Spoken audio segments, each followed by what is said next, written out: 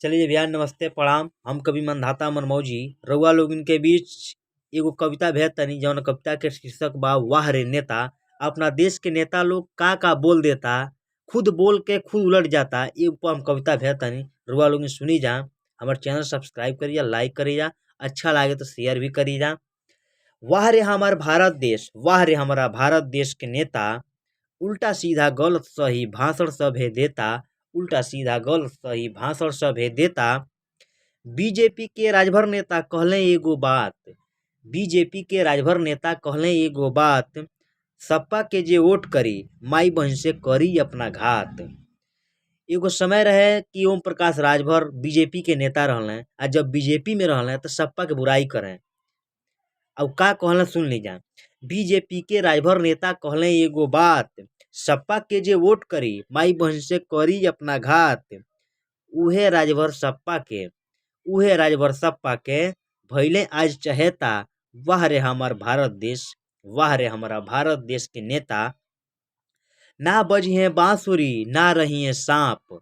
ई मुहावरा पूर्व मुख्यमंत्री अखिलेश यादव जी के ह, जौन वहाँ के बोलले बानी। कितना बढ़िया मुहावरा। ई लोग बड़हन बड़हन नेता है, लेकिन मुहावरा भी याद नहीं बा। बीजेपी ना बजिहे बांसुरी ना रहिए सांप, ई मुहावरा सुन लीजा रउओ सभे आप। अकल कहाँ हेराइल तोहार ए टीपू बेटा, अकल कहाँ हेराइल तोहार ए टीपू बेटा। वाह रे हमार भारत देश, वाह रे हमारा भारत देश के नेता, वाह रे हमार भारत देश, वाह रे हमारा भारत देश के नेता। 12वीं पास इंटर कर कहले अमित शाह, 12वीं पास इंटर कर कहले अमित शाह। इतने में सगरो नेता लोग के लाग गइल था। देखी जा 12वीं एगो क्लास है, आ इंटर एगो अंग्रेजी के शब्द है। इंटर माने प्रवेश होला। इंटर कौन क्लास नहीं होला, इंटरमीडिएट क्लास होला। लेकिन अमित शाह ऐसा बात कहले कि सारा नेता लोग वही के मंथन करे लागल, जबकि केहू सही अर्थ ना बताए। 12वीं पास करके इंटर करने वाले बच्चे को लैपटॉप दिया जाएगा, अमित शाह कहला। जो लड़का 12 पास करके इंटर यानी अग्रिम कक्षा में प्रवेश करेगा उसको लैपटॉप दिया जाएगा। लेकिन नेता लोग क्या क्या भड़ास निकाल रहे हैं।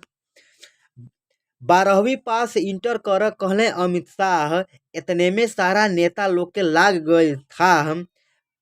प्रश्न ना समझे केहू सभे गलत उत्तर देता, प्रश्न न केहू समझल सभे गलत उत्तर देता। वाह रे हमार भारत देश, वाह रे हमारा भारत देश के नेता, वाह रे हमार भारत देश, वाह रे हमारा भारत देश के नेता।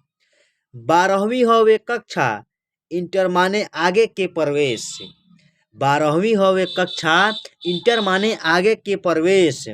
शब्द बा दू अर्थी एकर अर्थ बा विशेष। 12वीं मतलब कक्षा, इंटर मतलब आगे के प्रवेश। शब्द बा दू अर्थी एकर अर्थ बा विशेष।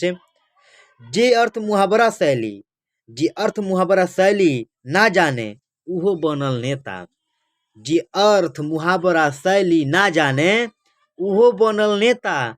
वाह रे हमार भारत देश, वाह रे हमारा भारत देश के नेता, वाह रे हमार भारत देश, वाह रे हमारा भारत देश के नेता।